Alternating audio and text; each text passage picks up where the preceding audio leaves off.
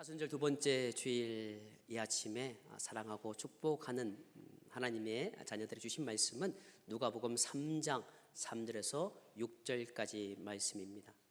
제가 하나님 말씀을 받들어 읽습니다. 요한이 요단강 부근 각처에 와서 제사함을 받게 하는 회개의 세례를 전파하니 선지자 이사야의 책에 쓴 바 광야에서 외치는 자의 소리가 있어 이르되 너희는 주의 길을 준비하라. 그의 오실 길을 곧게 하라. 모든 골짜기가 메워지고 모든 산과 작은 산이 낮아지고 굽은 것이 곧아지고 험한 길이 평탄해질 것이요 모든 육체가 하나님의 구원하심을 보리라 함과 같으니라. 아멘. 자, 오늘은 사순절 두 번째 주일입니다. 사순절 기간 동안 예수님의 길 위에서 길을 찾다라는 주제로 말씀을 살펴보고 있습니다. 오늘 그 두 번째 시간 메시아로 오신 길이라는 제목으로 함께 은혜를 나눕니다. 길은 문명 발달에서 가장 중요한 수단이 됩니다. 우리나라가 세계 최빈국 중에서 가장 빠르게 성장할 수 있었던 비결 중에 하나를 들라면 경부고속도로 개통이었다고 합니다. 고 박정희 대통령과 고 정주영 우리 현대그룹 회장께서 정말 길 위에서 잠을 자며 그렇게 가장 단기간에 경부고속도로를 개통했기 때문에 최빈국에서 이제 선진국으로 가는 가장 중요한 동기가 경부고속도로 개통이었다고 합니다. 우리나라는 길을 뚫으면서 무섭게 성장을 했습니다. 로마가 세계를 제패할 때도 가장 우선적으로 가장 중요하게 했던 것이 길을 닦는 것이었습니다. 그래서 모든 길은 다 로마로 통한다라는 말이 나올 정도로 로마는 가장 길을 먼저 그리고 중요하게 여겼던 것입니다. 그것은 우리 인생에도 마찬가지입니다. 여러분 인생을 살아가면서 각자 길 위에서 살아갑니다. 어떤 사람은 가정에서, 어떤 사람은 직장에서, 어떤 사람은 세상에서 각자의 길 위에서 살아갑니다. 성공과 행복과 구원 그것을 위해서 가장 중요한 것은 길이지요. 세상에서 세상의 길 위에 살아가는 사람은 그저 만족과 쾌락을 누릴 수 있겠지만 구원의 길은 아니다라는 것입니다. 좋은 길을 내는 것이 중요합니다. 좋은 길을 가지는 것이 중요하지요. 그래서 하나님은 그 길이 바로 예수님의 길이라고 말씀해 주고 있습니다. 오늘 본문의 말씀은 세례 요한이 광야에서 외쳤던 본문의 말씀이지요. 그 본문을 제가 잠깐 읽어 드립니다. 너희는 주의 길을 준비하라. 그의 오실 길을 곧게 하라. 모든 골짜기가 메워지고 모든 산과 작은 산이 낮아지고 굽은 것이 곧아지고 험한 길이 평탄해질 것이요 모든 육체가 하나님의 구원하심을 보리라 함과 같으니라. 아멘. 사랑하는 성도인 여러분, 예수님께서 이 땅에 오신 길은 바로 메시아로 오신 길입니다. 메시아라는 이 용어는 기독교인이 아니면 조금 생소할 정도의 단어이지요. 여러분 예수를 믿지만 과연 메시아가 어떤 뜻일까요? 일부 예배 들으신 분들은 아시겠지만 이 메시아라는 단어의 뜻이 도대체 무엇일까? 그것은 바로 기름 부음을 받은 사람, 이게 메시아라는 그 단어의 뜻입니다. 자, 그렇다면 기름 부은 자 도대체 무엇인가라는 것입니다. 그것일까라는 것이지요. 그것은 구약과 신약은 다르게 사용되어졌습니다. 구약 성경에는 장차 이 땅에 오실 바로 왕으로서의 구세주, 이 땅에 다시 오실 왕으로서의 구세주가 구약 성경에 나와 있는 메시아라는 뜻이지요. 그래서 유대인들의 최대 관심은 메시아가 오는 것입니다. 이미 오셨던 메시아임에도 불구하고 지금 또 여러분 TV에서나 혹시 예루살렘에 가보시는 분은 아시겠지만 저 예루살렘이 그 성전이 보여있는 큰 금으로 만든 뭔가 크기의 성전을 바라보는 언덕에 수많은 무덤이 쫙 위치해 있습니다. 그것이 바로 무엇이겠습니까?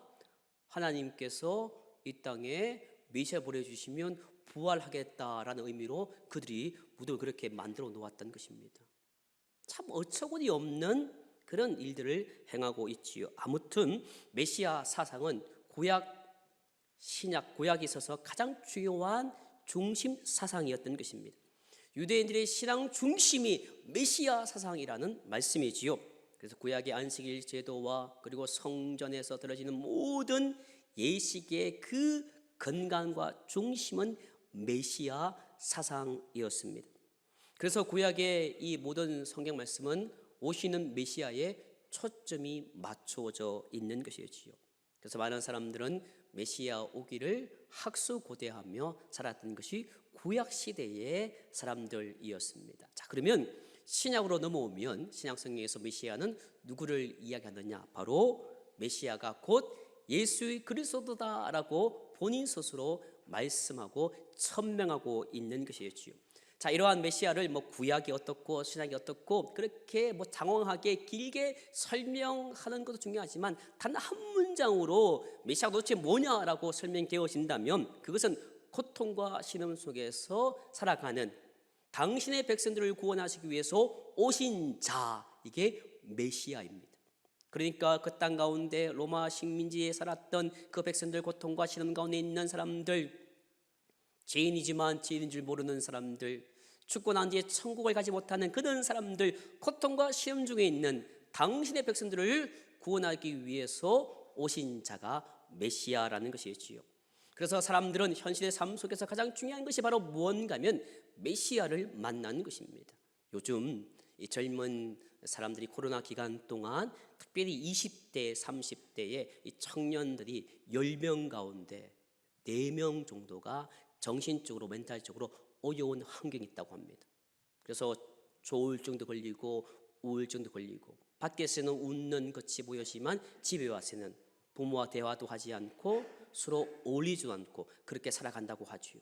자, 그런 상황 속에 있는 그러한 곳이 그런 어떤 영적으로 힘들고 정신적으로 힘든 상황 속에 있는 그들 가운데 이 메시아가 얼마나 중요한지 모릅니다. 그래서 이 메시아가 지금 우리에게 있어서도 가장 중요한 분이 메시아라는 말씀이지요. 사랑하는 성도 여러분, 구약의 그리고 신약의 많은 사람들은 메시아 오기를 기다렸습니다. 자, 그런데 그들은 준비 없는 기다림이고 그리고 메시아가 오신 길에서 기다리는 것이 아니라 자기 삶 속에서 있는 곳에서 메시아를 기다리기 때문에 주님을 만날 수가 없었던 것이지요. 생각해 보십시오. 종교 지도자들 누굽니까? 대제사장, 서기관, 나름대로 율법을 지킨다는 바리새인들, 그들은 메시아를 기다렸습니다. 근데 그들은 각자의 신앙으로 살아가는 그 길 위에서 주님을 기다리니 주님이 눈앞에 있어도 주님께서 말씀을 하셔도 그 말씀이 귀에 들리지 않고 주님을 보고도 믿지 않는 것입니다. 하물며 제자들과 백성들조차도 잘못된 생각으로 주님을 오해하게 된 것이지요. 여러분, 오래전에 지금이야 핸드폰 있고 그렇게 전화가 발달된 시대 말고 우리 한 50대 이상 되시는 분들이 이 대학교 시절에 누구를 만납니다. 그럴 때 서로 이야기합니다. 야, 어디서 만나자? 그렇게 이야기했는데 그 장소에서 기다립니다. 어느 길 위에서 있을게. 그런데 그 친구나 내가 잘못 소통하면요, 다른 데서 기다립니다. 괜히 오해합니다. 남자끼리 만나면 그도 괜찮은데 데이트를 한번 하려고 했는데 그러면 난리가 나지요. 안절부절합니다. 야, 내 여자친구에게 무슨 말을 할까? 그것은 잘못된 길 위에서 각자 있었기 때문에 길이 어긋난 것이지요. 그들은 메시아를 기다렸습니다. 메시아를 소망했습니다. 그런데 그들이 각자의 삶 속에서 그들이 먹고 마시는 삶 속에서 예수님이 오시기를 기다렸기 때문에 메시아로 오신 길 위에서 그들이 준비하지 않았기 때문에 오셨던 메시아를 맞이할 수가 없었던 것이지요. 그래서 오신 메시아를 오히려 배척하고 심지어는 십자가에 못 박혀 죽이게 만든 것입니다. 예수님의 길 위에서 우리가 가야 할 길을 찾아야 합니다.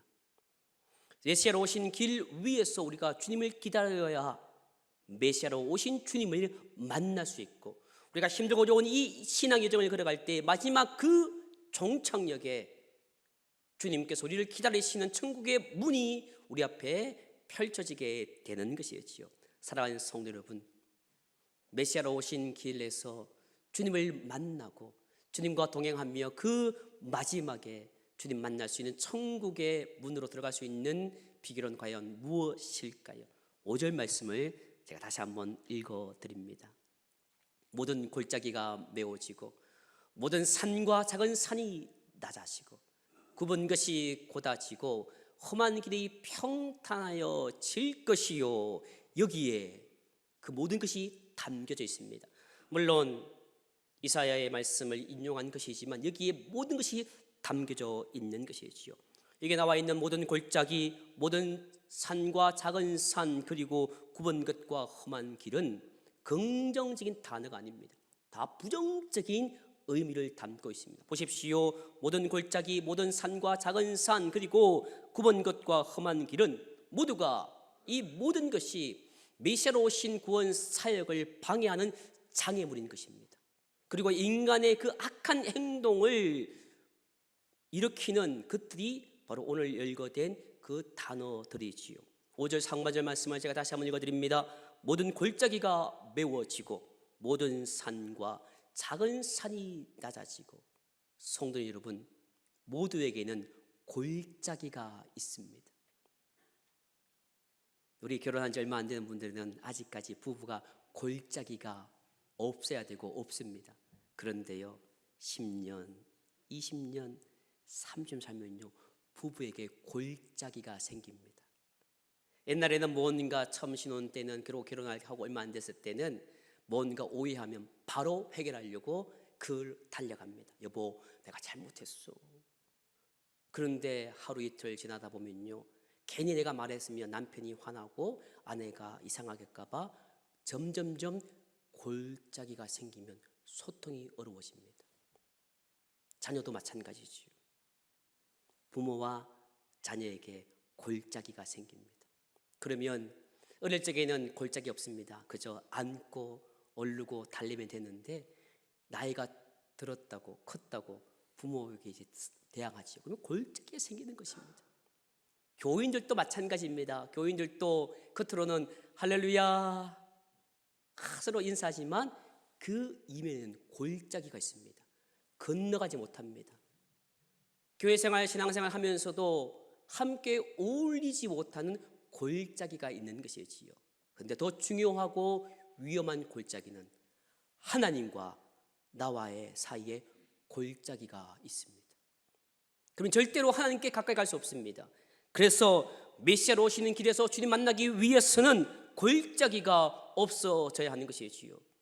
부부 관계도 골짜기 없어져야 되고, 성도와 성도의 인간 사이에 골짜기도 없어져야 되는데, 더 중요한 것은 하나님과 나 사이에 골짜기가 없어져야 하는 것입니다. 모든 산과 작은 산이 낮아지고라는 그 보시면 산은 높은 곳을 의미합니다. 지금이야 뭐 지리산이건 설악산이건 웬만한 곳은 등산로를 다 있지만, 굳이 들어가지 말라고 하는 길을 들어가기 가서 길을 개척한 사람이 많지만, 그래도 아주 높은 산에는 길이 없습니다. 길을 만들 수가 없는 것이지요. 산이 있어서는 길이 만들 수가 없다는 것입니다. 산은 바로 교만을 의미합니다. 결국 이 말씀은 무엇입니까? 거짓된 겸손, 그리고 교만과 오만이 제거되어야 메시아로 오시는 그 길에서 주님을 만날 수 있다는 말씀이 오늘 본문의 말씀이지요. 참된 겸손함으로 주님을 만나야 된다는 것입니다. 내가 목사로 살아가지만 그 목사의 길이 겸손의 길이 아니라 메시아로 오신 길 위에서 말씀을 전하는 삶이 아니라 세상 길에 있으면 그저 저는 목사일 뿐이지 구원의 길 위에서 있는 것이 아니다라는 것입니다. 여러분도 마찬가지지요. 그래서 주님께서는 교만한 마음이나 오만한 마음의 길에서는 그 길 위에 있는 자들에게는 오시지 않습니다. 여러분 생각하기에 뭐 설마 그럴까? 그렇지 않습니다. 주님이 뭐라 했습니까? 나더러 주여 주여 하는 자마다 다 너희가 나를 만나리라. 아닙니다. 우리는 나름대로 열심히 살아갑니다. 열심히 신앙생활합니다. 그런데 오늘 말씀처럼 내가 산이 높은 것처럼 교만한 마음으로 오만과 그리고 욕심으로 살아가면 주님께서는 그 삶 가운데 찾아오지 않는다라는 말씀이지요. 언제나 마음이 겸손한 자들에게 주님이 찾아오시고 겸손의 길 위에 있을 때 그 길이 바로 메시아가 오시는 길임을 오늘 성경은 말씀해 주고 있습니다. 5절 중반절 말씀 보시면 굽은 것이 곧하시고라고 되어 있습니다. 굽은 것이 무엇일까요? 이 말씀의 의미는 교활하고 간사하고 사악한 습관들을 다 벗어버리는 것입니다. 습관이 무섭지 않습니까? 사악하고 간사하고 정말 나도 모르게 나쁜 습관들이 있다는 것이지요.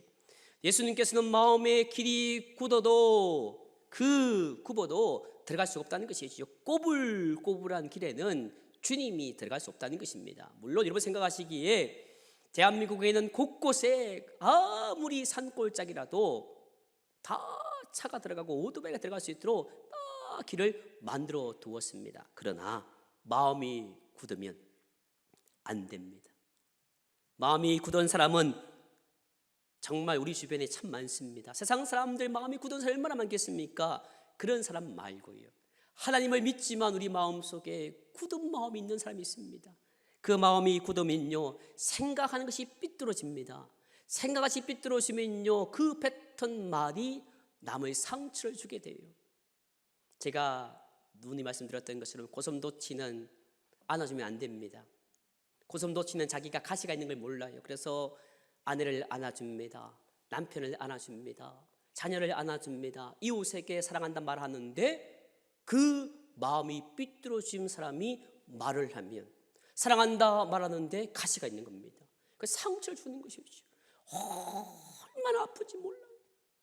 여러분 혹시 그런 화살 맞아봤습니까? 심장이 찢어지는 것 같아요. 근데 본인은 몰라요. 본인은 사랑한다 말하고 격려한다 말하는데 아버지가 자녀를 키울 때도 그런 말을 합니다.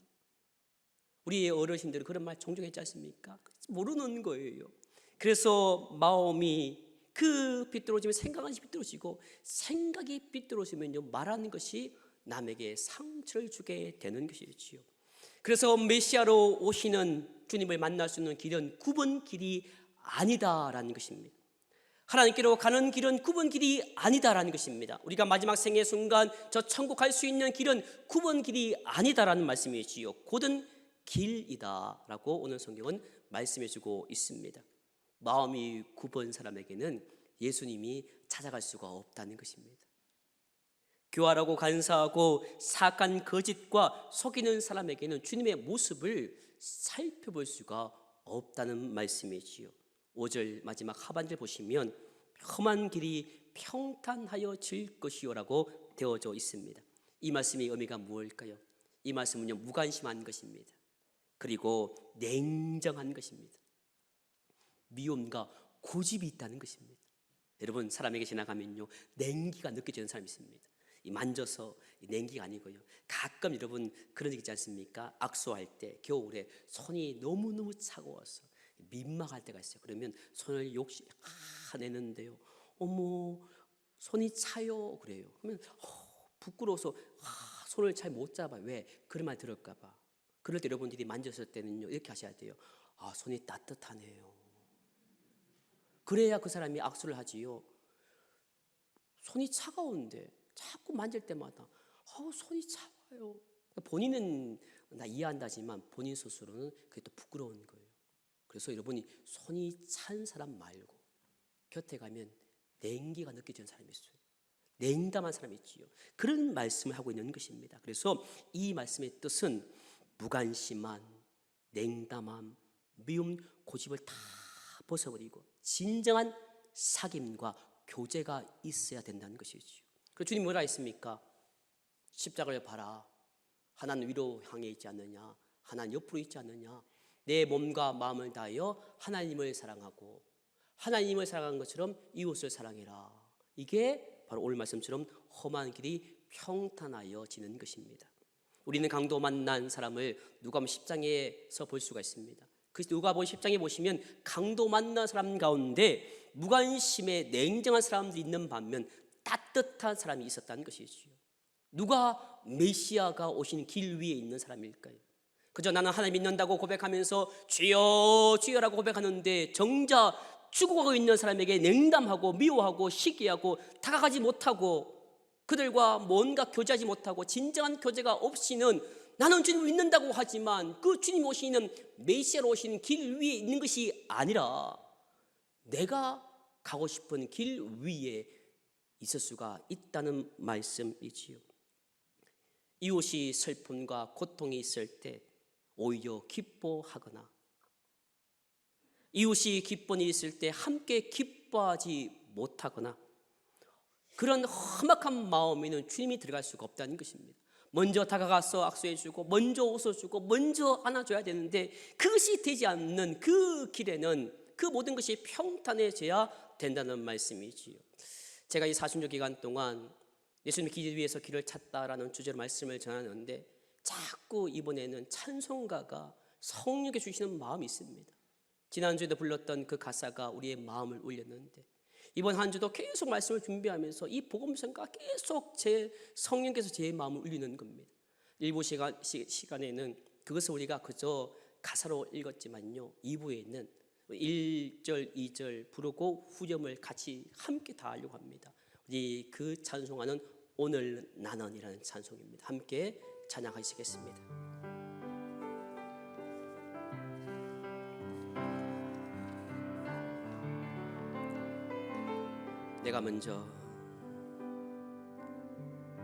내가 먼저 손 내밀지 못하고 내가 먼저 용서하지 못하고 내가 먼저 웃음 주지 못하고 이렇게 머뭇거리고 있네. 그가 먼저 손 내밀기 원했고 그가 먼저 용서하길 원했고 그가 먼저 웃음 주길 원했네. 나는 어찌 된 사람인가.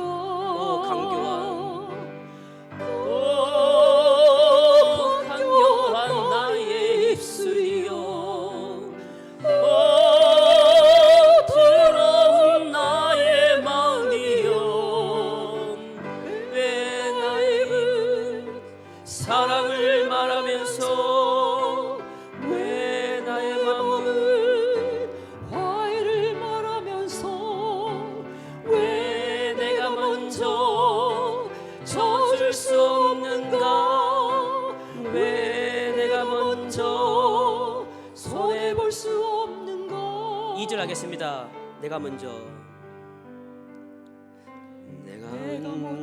섬겨주지 못하고 내가 먼저 이해하지 못하고 내가 먼저 높여주지 못하고 이렇게 고집 부리고 있네. 그가 먼저 섬겨주길 원했고 그가 먼저 이해하길 원했고 그가 먼저 높여주길 원했네. 나는 어찌 된 사람인가.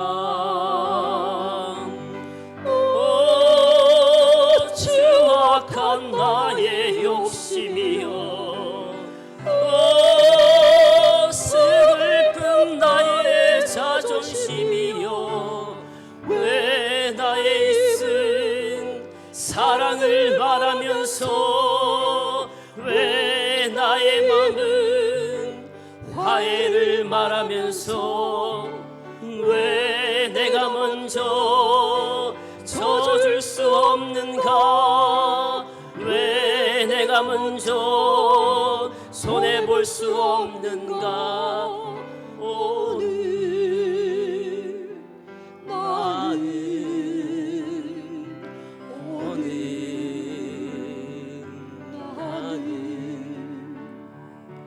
주님 앞에서 몸둘바 모르고 이렇게 흐느끼며 서 있네.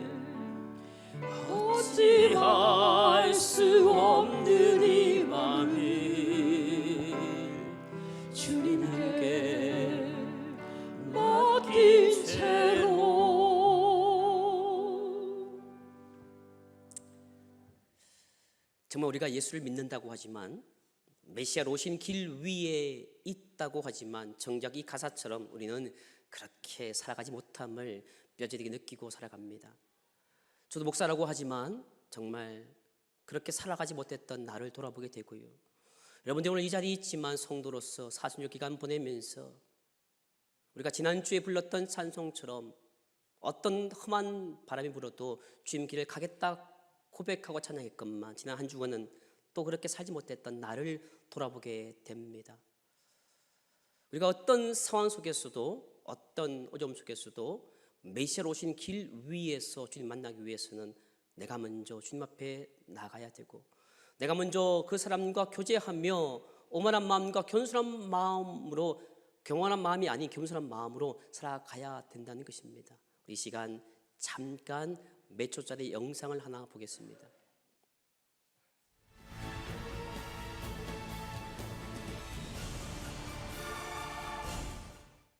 이 영상은 여러분들이 잘 알고 있는 영상일 수 있습니다. 탄자니아 그 아프리카의 그 대지에 매년 건기가 되면 비가 오지 않습니다. 그래서 아프리카 탄자니아에 있는 누떼가, 쉽게 말하면 물소떼가 장장 1,500km를 매년 이동을 한다고 하지요.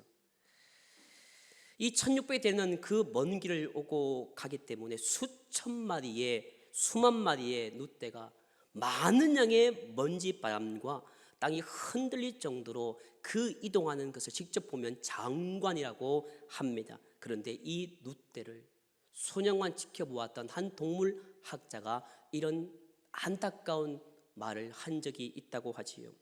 그런 누떼가 어쩌면 그 목적지 보면 주변에 그렇게 험한 길, 물이 아닌 길, 그 낭떠러지 않은 길, 정말 평탄한 길이 있음에도 불구하고 어떻게든지 매년 그 험하고 물이 있고 골짜기 있는 길만 지나가느냐라는 것을 그가 연구했다고 하지요. 그래서 많은 누떼가 그 방금 보셨던 영상처럼 이 개울가를 지나가다 보면요, 앞에서 치고 나가는 그 누떼의 뒤에 보면 이 어린 누떼, 힘없는 누떼는요 악어떼가 잡아먹기도 하고요, 많은 어린 노와 그리고 이 약한 이 물소떼가 죽어 나감에도 불구하고 그 길을 끝까지 반복한다는 것이죠. 그것은 바로 맨 앞에 서 있는, 맨 앞에서 달려가는 우두머리 누 때문이라는 것입니다. 이들은 가고 싶은 대로 간다는 것입니다. 한 번 간 길은 끝까지 간다는 것이지요. 문제는 처음 들어선 길이 아무리 위험해도 아무리 어려워도 그 선두의 선두 때는 길을 돌이키지 않는다는 것입니다. 이 섭성 때문에 뒤따르던 많은 약하고 힘없는 다수의 누가 죽어 나가고 있습니다. 인생도 비슷합니다. 다른 사람이 사는 인생길을 따라가서는 안 됩니다. 목사가 어떤 길을, 누군가의 길을 따라가면 안 되는 것이지요. 그 길이 하나님의 길이 아님에 불구하고 출세를 원하는 그 길을 따라가고, 장로가 되어서, 권사가 되어서, 영적인 리더가 되어서, 성도가 되어서 저렇게 걸어가도 된다라고 해서 그 길을 따라가서는 안 되는 것입니다. 왜냐하면 사람은 돌이킬 수 있는 그런 섭성을 지닌 사람이 아니기 때문이지요. 그럴 때는 한 번 길로 들었으면 돌아설 수 없는 길이기 때문에 처음부터 길 위에 서 있지 못하면 다시 한번 주신 말씀으로 내가 회개하며 다시 그 길을 돌이키는 사람으로 돌아와야 됨을 말씀해 주고 있습니다. 그래서 예수님은 내가 곧 길이요 진리요 생명이라고 말씀해 주고 있습니다. 나로 말미암지 않고는 아버지 하나님께로 갈 자가 없다라고 말씀해 주고 있는 것이지요. 예수 그리스도의 길을 따라가는 그 사람이 인생이 복된 길임을 믿으시는 저와 여러분 되시기를 주의 이름으로 간절히 축원합니다. 지금 넓은 길로 가지 못한다고 실망하지 마십시오. 내가 좀 더 잘 사는 길이 아닌 가난의 길이 있다고 여러분 낙심하지 마십시오. 자녀들이 나와 함께 신앙의 여정을 걸어가지 못해서 안타까워하고 그저 푸념만 하고 있는 것이 아니라 다시 한번 내가 주님의 길을 따라가는 것이 진정한 복이라는 것을 보여줄 때에 가난하지만 주님 길을 따라가기 때문에 행복해하고, 고통과 저주의 길을 살아간다 하지만 주님의 길을 위해 있기 때문에 감사와 기쁨의 길을 걸어갈 수만 있다면 자녀들이 그 길을 따라갈 것이고 믿음의 후손들이 따라갈 것임을 믿으시는 저와 여러분 되시기를 주의 이름으로 간절히 축원합니다. 사랑하는 성도님 여러분, 예수님의 길 위에서 여러분의 길을 찾으시기 바랍니다.